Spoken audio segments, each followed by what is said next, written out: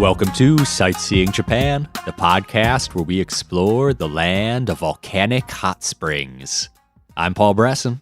And I'm Jason Nealing, and today our topic is the Kyushu region of Japan. Now, we've done 3 episodes so far about different regions of Japan. At the very beginning, we talked about Kanto and Kansai, 2 very popular areas to visit.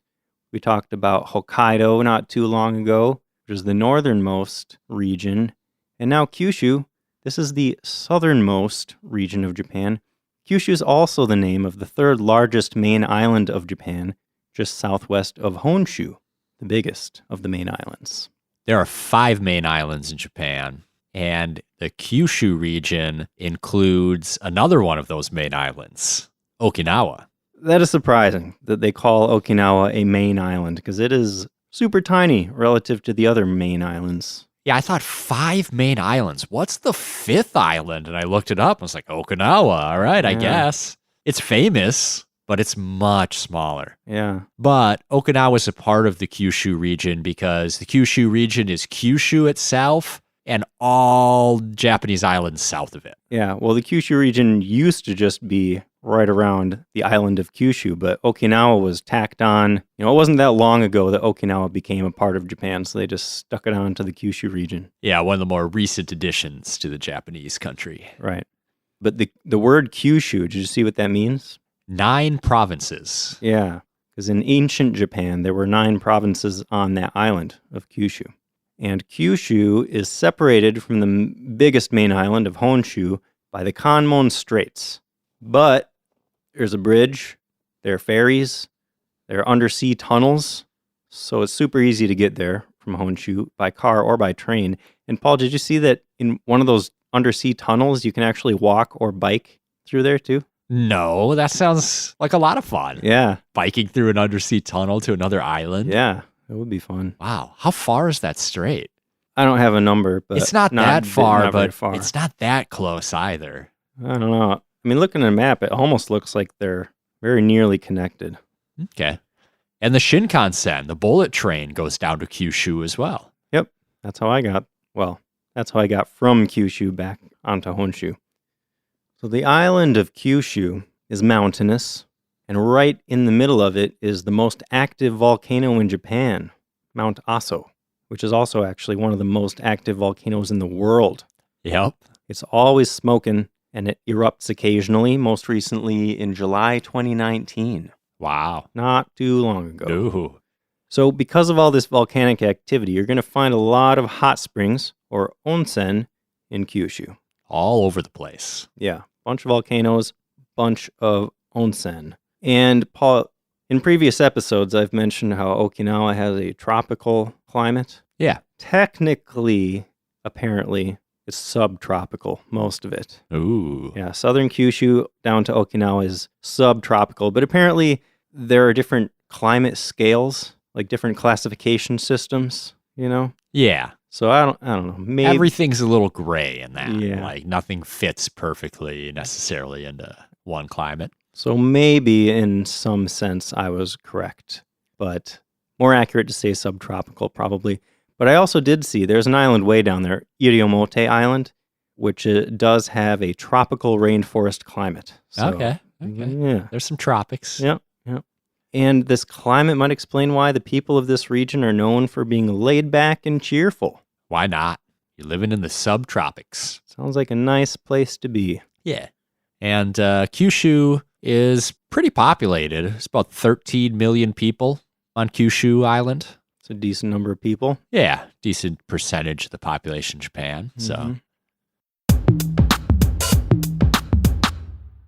So if you're traveling to Kyushu on the Shinkansen, the first city you're going to arrive at right when you get to Kyushu is called Kitakyushu, which literally means North Kyushu. And it's the northernmost city of Kyushu. That makes perfect sense. It's considered the gateway to Kyushu. Mm-hmm. And historically, it's been important for trade and international trade as well. So there was some really cool stuff I saw in Kitakyushu. I was about to glance over it, and then what caught my eye was the Kawachi Wisteria Garden. So it's this private garden in a secluded wooden hillside south of central Kitakyushu. And it's famous for these 100-meter long tunnels with wisteria trees of different colors draping over them. So if you come in the right season, it's just beautiful. I saw some pictures and it looks amazing. Sounds cool. You need tickets in advance, though. You can't just show up at the door to this place. It's highly sought after. But the peaks are late April to early May for all the flowers, and then in the autumn for the maple leaf season. Sounds like a nice, relaxing place to visit. See some pretty flowers. Yeah. Also in Kitakyushu, there's Kokura Castle, which is a rebuilt castle. The castle didn't look super special. It looked pretty cool. Castles always look cool. Right. But what I thought was really cool about it is apparently in 1998, they built a Japanese garden on the grounds, and they used the castle keep as borrowed scenery as part of this garden. And they set up some traditional style rooms where you can sit on tatami floors and view the garden and the keep of the castle. Awesome. So that just sounds like really like relaxing and cool if you happen to be in town. Yeah. You mentioned borrowed scenery. We mentioned it in our gardens episode. Right.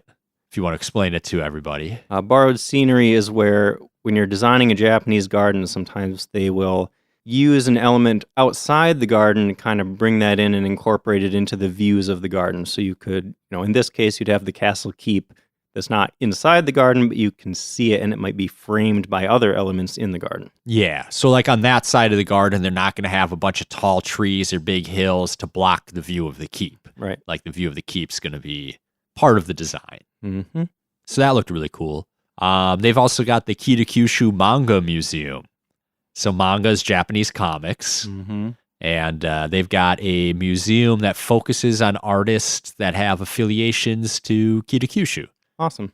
And what I saw was really cool about this is that the museum occupies the 5th and 6th floors of Aruaru City, which is a mall completely devoted to anime, manga, games, and idol groups. Cool. Like all the nerdy stuff. So you can go buy whatever you want to buy and then go up and look at the museum on the top 2 floors. Like a mini Akihabara contained in a mall. Yeah, exactly. So I thought that was cool. Yeah. And then the best part about Kitakyushu that totally sold me is the TOTO Museum. TOTO as in the Japanese toilet company. Yes.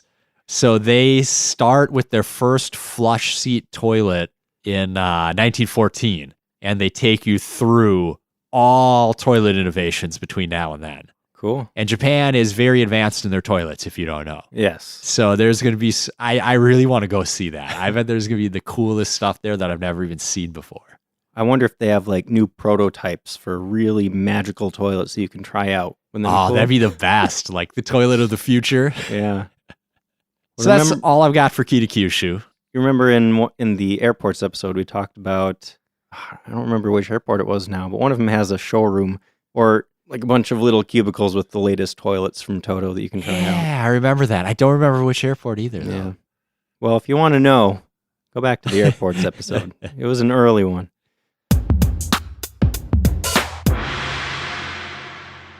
So if you're moving south from Kitakyushu, you're going to wind up in Fukuoka before long. So Fukuoka is on the northwest coast, just southwest of Kitakyushu. And that is the name of both the prefecture. We should probably say what a prefecture is, I guess. Prefecture is sort of like a state. You could think of it as like in the U.S. we have states. In Japan, they have prefectures.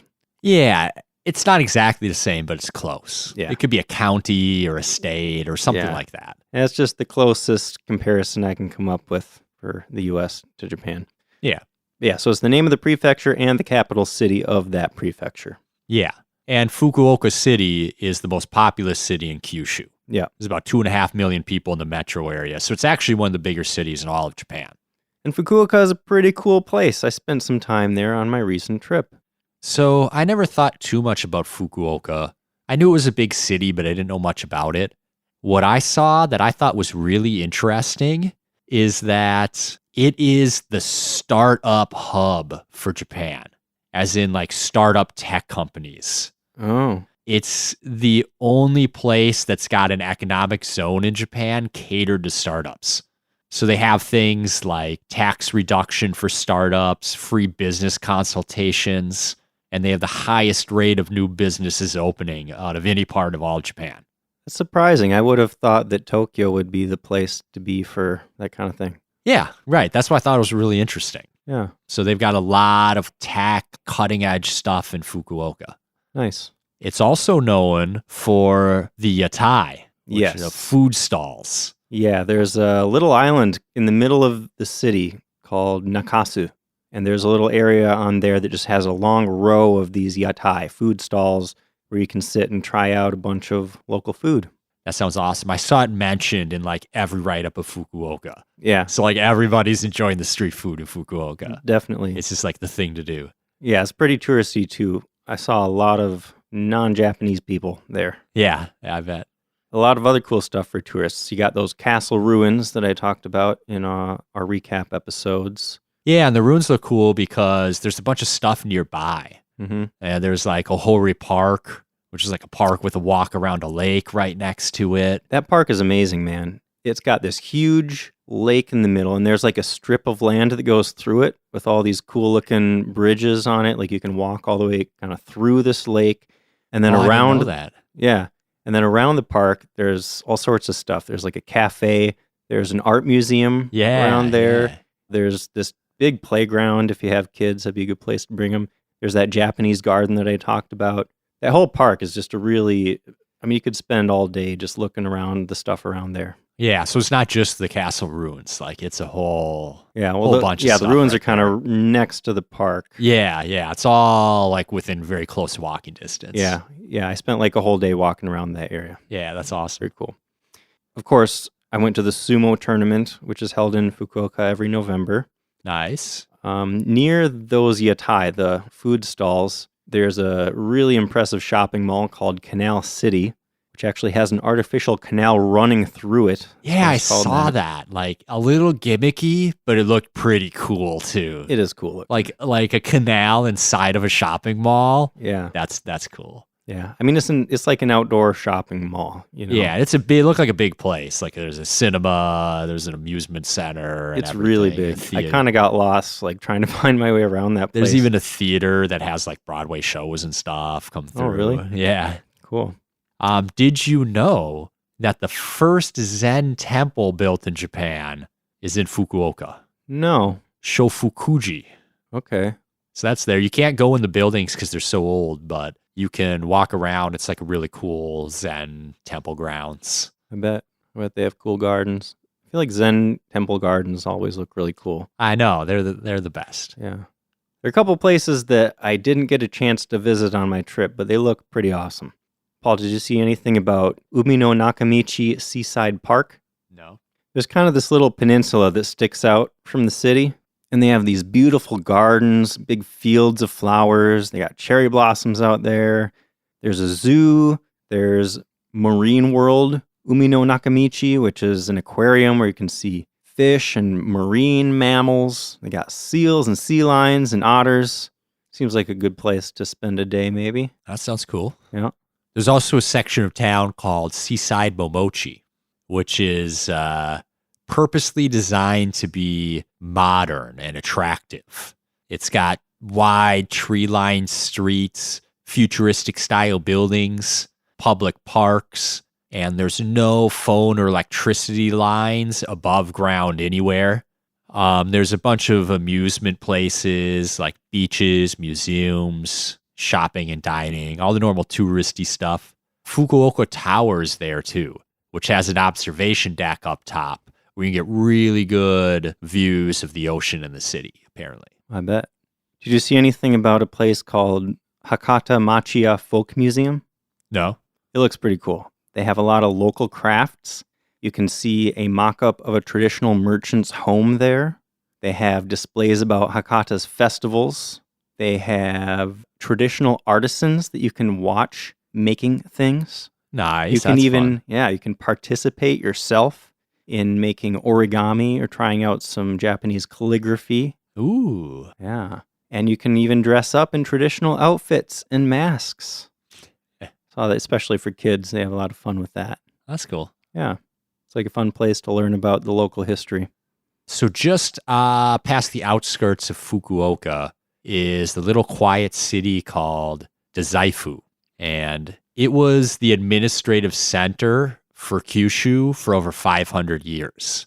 So there's a whole bunch of history. There's a number of temples and shrines, the most famous of which is called Dazaifu, Tenmangu Shrine. Also, I saw Kyushu National Museum is there, which looked like it had a ton of really good stuff about the history of Kyushu, going back like past the last 100 years, like the last 500 years or whatever. Awesome. It looked really cool. So that's like a really nice, easy trip from Fukuoka if you're there. Very cool.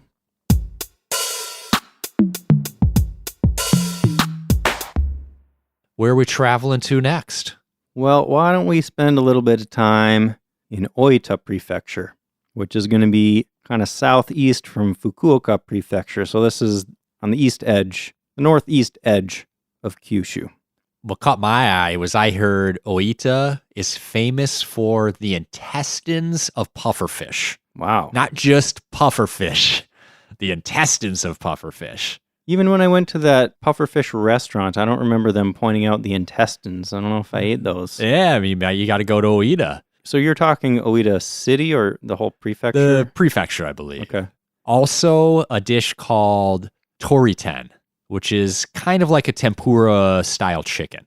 Okay. You like dip it in soy sauce and a couple other things, and then a batter, and you fry it. That sounds good. And eat it with anything, apparently. Gotta love those local specialties, man. Yeah. So one of the, I think, best cities to hit up in Oita is called Beppu. Yeah, Beppu is known for its onsen, hot springs. I've heard it described as an unmatched range of baths to be enjoyed. Yeah, Beppu. they're famous for all their different types of baths, right? Mud bath, sand bath, steam bath. Yeah, let's explain what those are. This is a pretty cool idea. So you got your sand bath, where they use the hot springs to naturally heat up sand, and then you're just buried in this hot sand. Bury me in sand. Sounds fun. They got those steam baths, so you're heated by the steam of a hot spring. Kind of like a sauna, but from a hot spring. I suppose. Okay. And then the mud baths. The mud baths are pretty self-explanatory. You got muddy, hot water baths. And the city of Beppu has 8 different springs, so you're going to find tons of onsen and traditional Japanese hotels, ryokan, there. And there are a bunch of other onsen resorts all over Kyushu that boast different types of minerals in their water. All these different onsen are supposed to have different health benefits depending on the types of minerals in the water. Isn't that fun? That's cool. Mm-hmm. Did you hear about the hells of Beppu? I don't know. That sounds familiar, but what do you got? They're apparently these spectacular looking hot springs that are for viewing, not suitable for bathing. Too hot? Yeah. And maybe they've got like sulfur or whatever in there. Sure. So after you enjoy your baths, you can go take a little hike and like view these natural, beautiful hot springs and then go back and take another bath. Sounds fun. Also, did we say this is supposed to be... So Beppu is supposed to have the best onsen on the island of Kyushu, and it's one of the most famous onsen spots in the whole country of Japan. Yeah, it is. Yeah. And if you want a little hike, there's Takasaki Mountain right on the edge of Beppu. It's famous for its wild monkeys. Oh. So also in Oita is a town called Usuki. And it's a former castle town on the east coast of Kyushu. It's famous for its numerous stone Buddhas, which are sculpted into walls and cliffs. And they've been designated as national treasures. Awesome. It's also got a little samurai district that you can tour. That's always fun. So that sounds like a nice little day trip. Yep. Where are we traveling next? I thought we'd stop over at Nagasaki. Oh, that's a good place to stop. Yeah. Again, Nagasaki is the name of the prefecture and the name of its capital city. It's pretty common. And Most people have probably heard of Nagasaki because it was one of the 2 cities that was bombed by the U.S. in World War II. We should say bombed with an atomic bomb. The Yeah. U.S. bombed Yes. many Japanese cities with fire bombs and other things. Yes. But there's a lot of other interesting stuff about Nagasaki. Yeah. One thing I didn't know is that it's a really hilly city. That's what everyone was saying. So you walk through and you can get really cool views all of a sudden if like the buildings break. Oh, I can see the whole city from here. So I thought that was cool. Looked kind of nice. Yeah. You know, the coolest place that I found in Nagasaki is actually a little tiny island off the coast called Gunkanjima. Did you see anything about this? No, I didn't see anything about that. Awesome. Because I was excited to tell you about this. This looks so cool. So Gunkan, do you remember that word coming up before in a previous episode? Sounds familiar, but I don't remember. In the sushi episode, we talked about Gunkan sushi. Ah, okay. Which was Battleship sushi. It's shaped like an oval, like a battleship. So this is, Gunkanjima is known as Battleship Island. The real name of the island is Hashima, but known as Gunkanjima. And it is an abandoned offshore mining facility. Oh. So they used to mine coal there, but it closed in 1974 when the mines were just about depleted. And then it sat there for 30 years, completely undisturbed. So you just got these old mining ruins. Isn't that awesome? Sounds like exactly the type of place you'd be interested in. Yes, absolutely. Cool. So you just go explore all this abandoned stuff? Yeah, so it became a tourist attraction eventually because of these untouched ruins, and you can just go walk around and see all these old buildings that have been overgrown by nature. That sounds cool. Yeah. If you're interested in learning more about the bombing, you can go to Nagasaki Peace Park. It commemorates the bombing on August 9th, 1945. There's a memorial museum there. You can get information about that. There is a mountain near Nagasaki's city center that looks pretty cool called Inasayama. The view from the summit of this mountain is supposed to be one of the top 3 night views in Japan. Ooh, interesting. Yeah, you can get up there by car, bus, or ropeway. Paul, did you see anything about a place called Glover Garden? This place looks really cool too. It's an open-air museum with mansions of the city's former foreign residents. Oh, okay. So Western merchants settled there in the second half of the 1800s after Japan opened its borders. And the main attraction is a place called the Glover House, which is the oldest Western-style wooden building in the country. That's cool. Yeah.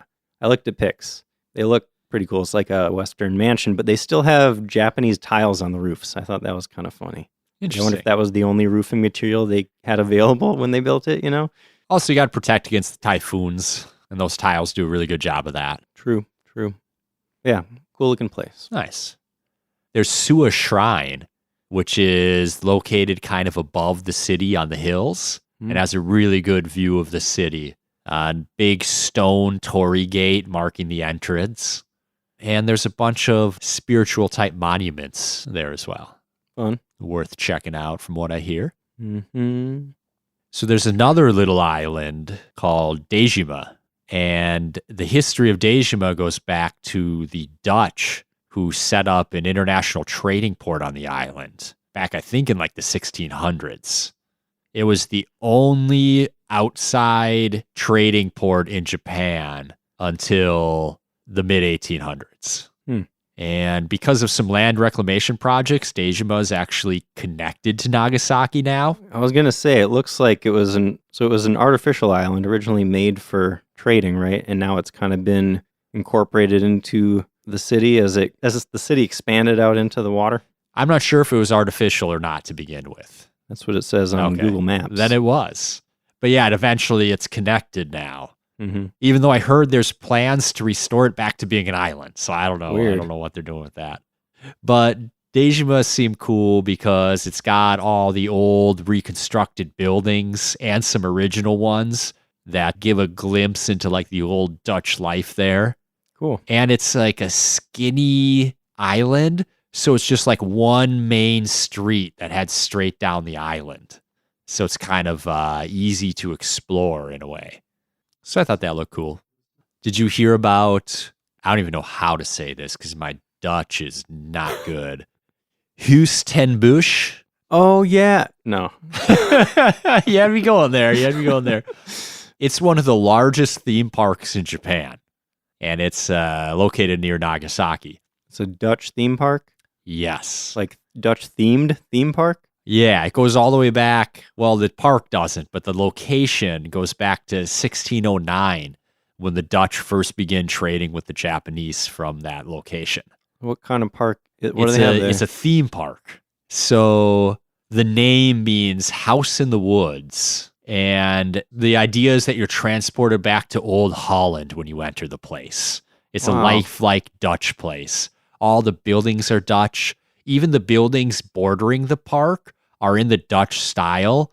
They're actual homes owned by people, but they're like Dutch style, so they fit in. It's kind of like borrowed scenery for the park. Sounds very cool. Yeah.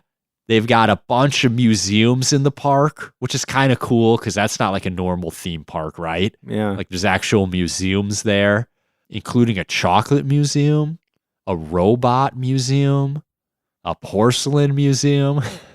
All right. There's a bunch of amusement rides. There's gardens.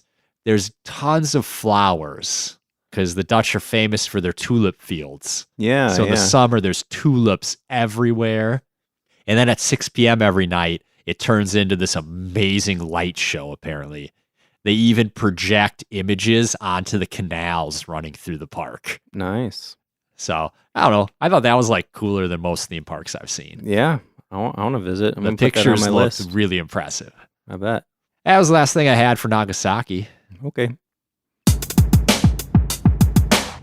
Well, let's head east of Nagasaki, shall we? Yeah, what's over there? Well, if we cross the Ariake Sea, we get to a place called Kumamoto, where you can see Kumamoto Castle, which is considered one of the top 3 castles in Japan. I've heard good things. Yeah. It has an interesting history. This was where the Meiji government defended against 20,000 samurai during the Satsuma Rebellion in 1877. Ooh. That was the last rebellion of the Meiji Restoration, so pretty big deal. Okay. This castle is also known for never having succumbed to attack ever in its over 400-year history. That's impressive. Uh-huh. And the main keep is actually a concrete reconstruction built in 1960, but there are several original wooden buildings in the complex as well. But the castle was also heavily damaged by an earthquake in 2016 and is currently being restored, so right now might not be the best time to visit. Maybe wait till it's been rebuilt a little more. Oh, man, not been a good couple years for castles in the Kyushu region. Yeah. There's a famous garden there, Suizenji Jojuen, which sounds super cool. So we've mentioned the Tokaido Shinkansen before, right? The Tokaido was a trail that historically connected Edo, Tokyo, and Kyoto. That was the main route that people used to get between those two cities. And this garden reproduces the 53 post stations along that ancient trail. That's interesting. Yeah, so you can see all these landmarks, like miniaturized versions of them in this garden. There's a miniature Mount Fuji there. Okay. That's one of the stations. Of course, yeah. Yeah, that sounds pretty cool. Yeah, that sounds awesome. Nice little promenade garden. You can walk around and pretend you're walking from Tokyo to Kyoto. So I want to talk about Miyazaki next. Miyazaki is on the east coast, like just south of Oita Prefecture. So southeast Kyushu. Well, again, Miyazaki is the name of the prefecture and a city, right? So Right. I'm talking about the prefecture, and Miyazaki City is kind of, the southeast coast. Okay. So Miyazaki City is known for its excellent surfing conditions all year round. Awesome. There's 3 beaches all within the city limits that have popular surfing spots. There's also the Ikime burial mounds in Miyazaki. There's a visitors center where you can learn about the burial mounds and some of the ancient activities of people there. So I thought that's cool. I'm really into like ancient history, like as far back as you can possibly go. So I like stuff like that. Also in Miyazaki Prefecture is Udo Jingu, which is a shrine dedicated to the father of Jimmu, who was Japan's mythical first emperor. And the main shrine building is actually set inside of a cave in a cliff face overlooking the sea. Awesome. It looks really cool. And it's believed to bring good luck to newly married couples. So that's cool. Yeah. Also, about a 30-minute drive from Miyazaki City is the Kaeda Valley. It's a forested area that's got dozens of walking paths. So there's hikes of all levels. You can do like an all-day bust your butt hike, or you could do like a 1 hour stretch your legs hike. It's supposed to be a really beautiful place with all sorts of trails you can walk on. Awesome. We've mentioned a lot about different hiking areas in other regions, but all these different hiking spots are different because different parts of Japan have very different climates. So you're going to find very different looking forests in the Kyushu region than the rest of Japan. Yeah, it's far enough south with that subtropical climate that I'm sure it's going to have a different look and feel to it. Yeah. So there's a place in Miyazaki Prefecture called Obi Town, and it's known as the Kyoto of Kyushu. It seems like kind of like a small town. It's got a bunch of former samurai residences. There's streams full of carp. There's a former castle grounds there. The castle itself has a really beautiful like entrance gate that apparently everyone likes to take pictures in front of because it looks really cool. And once you're inside the castle grounds, there's a museum. You can go see the restored private residences of the lords of the castle for an additional fee. But the castle grounds themselves are totally free to explore. And it's got a cedar tree grove of 140-year-old cedar trees that on a not busy day is like really quiet and secluded and peaceful. Nice. Last place in Miyazaki that I saw that looked really cool was Takachiho Gorge. It was formed by the lava of Mount Aso, which I believe you mentioned earlier, Jason, is the most active volcano in Japan. I did. And over time, the lava eroded this big gorge that's filled by the Gokasegawa River. That looks really cool. Yeah, so if you go to this gorge, you can rent a boat and like row past these huge volcanic walls. Yeah, they look like just black stone. Like there's nothing growing out of the walls of this gorge, but then there's a bunch of greenery up top, and there are like little waterfalls running down the sides of the gorge. It looks really pretty. Yeah. That's the last I had for Miyazaki.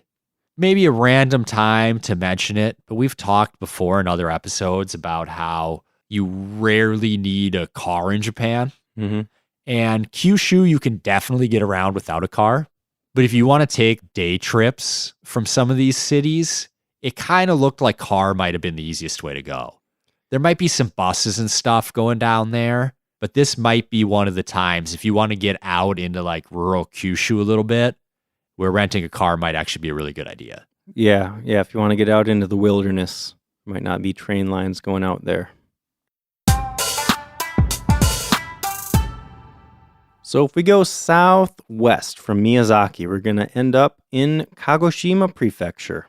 So we're on the southern tip of the island of Kyushu now. And this is Japan's second largest tea producing area after Shizuoka Prefecture. I didn't know that. Yeah. So a lot of tea there. You can visit plantations for tours, experience the tea culture. Make sure to check out our tea episode we did not too long ago to learn about that. Yeah. This area is also known for volcanoes and national parks, those hot springs around the volcanoes. And this prefecture also includes some smaller islands southwest of Kyushu, one of which is called Yakushima. This island is known for wildlife and cedar forests. Looks like a really pretty place. If you want to do hiking, this is definitely one of the big spots in the Kyushu region to visit. You got streams, waterfalls. In the pictures I saw, it looks like everything is covered in moss, which is like my favorite type of place to hike around, you know? Yeah, those places look like the feel of like a moss-covered place. It feels old. It feels ancient. Yeah, it looks like a magical wonderland. I have that in my notes here. Magical wonderland. Nice.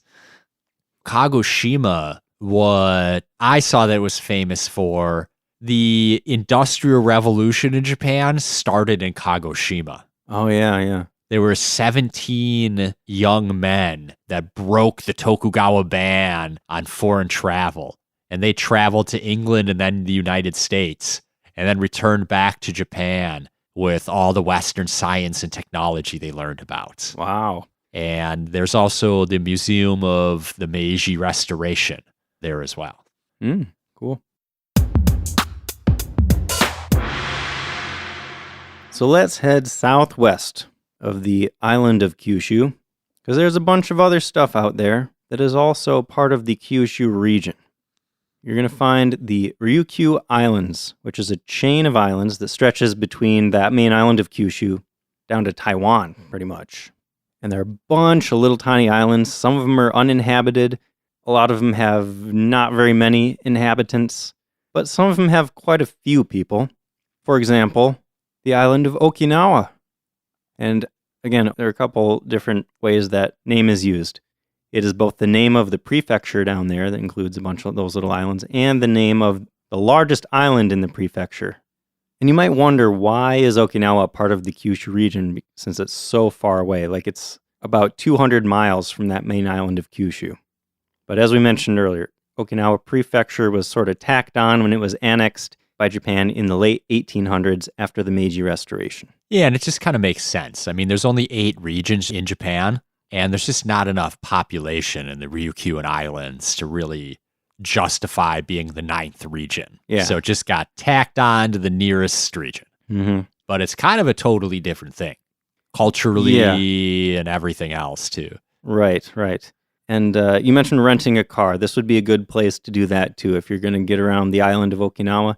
It's possible to visit without a car. That's how I did it, actually. I didn't rent a car. And a good main base, if you're going to do a trip to Okinawa, is the capital city, which is called Naha. And there's a lot of cool stuff to see in Naha. You can spend a couple days just wandering around the city. You can check out Kokusai-dori, which is the main tourist street. You're going to have tons of restaurants and shops, a very lively place. You can check out Shuri Castle, which, again, burned down not too long ago. Maybe we should start calling it Shuri Castle Ruins. They're not going to let it go that far. They're rebuilding. It's coming back. Yeah. You got the former Japanese Navy underground headquarters, which I talked about in my trip recap. That's a really crazy place to visit if you're interested in World War II history. You got Fukushuen, which is a beautiful Japanese garden there. You could take a bus from Naha up to the Churaumi Aquarium if you don't have a car. There's a little group of islands west of Naha called the Karama Islands. So these aren't very populated, but they're known for their amazing beaches, snorkeling, scuba diving, etc. If you saw a picture that I posted on Instagram of this really super beautiful beach that I hung out on for a day. Oh, it looks so good. Yeah, that's one of the Karama Islands. Nice. Yeah, but they all look like they just have beautiful beaches and not a lot of people. You just take a boat there and just chilled on the beach for like 5-6 hours, then took a boat back. Yeah, there are a couple ferries that go from the port in Naha out to those islands. That really, sounds awesome. really easy to get out Sounds there. like such a relaxing, nice day. Yeah, and you can stay on those islands too if you don't even want to have to take the boat back to Naha at the end of the day. They're pretty great, those islands. A little further southwest of Okinawa, the island of Okinawa, are the Yaeyama Islands. These are the southernmost and westernmost inhabited islands of Japan. Yes, these islands are a paradise for beaches. They've got snorkeling and diving if you're into that. The beautiful crystal clear waters you think of in a beautiful tropical island. Yeah. These, like I said, are the furthest south, so these are the most tropical of those Ryukyu Islands. And one of the islands, Taketomi Island, has a beautifully preserved traditional Ryukyu village on it. Yeah, that looks really cool. That island is also known for jungles that you can explore. Oh, that sounds awesome. Yeah. So the most populated of the Yaeyama Islands is called Ishigaki Island. This might be where you want to make kind of your home base if you want to explore the other little islands in the area. Yeah, this seemed like the place to go if you like really want that tropical island vacation. Yeah. Like this is the place to go in Japan. Totally. And I mentioned Iriomote Island earlier in the episode somewhere, I think. So that island looks pretty awesome. They have tropical rainforests, bona fide tropical rainforests. Nice. And it's known for an animal. Which animal? It's called the Iriomote cat. Ooh, what's that? It is a small wild cat that only lives on this island. You can't find it anywhere else in the world. Oh, wow. Yeah, just this little tiny island. This cat is said to have lived there for 200,000 years, but it wasn't even discovered until 1967. What? Isn't that crazy? Wow. But sadly, they are now critically endangered. As of 2007, there were only an estimated 100 to 109 individual cats remaining. It's funny how we discover something and then a couple decades later, it's endangered. Yeah. Like, we should have just never discovered this cat. And that was the most recent stats I could find, was 2007. In the 12 years since, 13 years now, I guess, 2020. It's hard when they only live on one island. Yeah, I really wonder how they that's survive looking like all these that days. time. That's crazy. Yeah.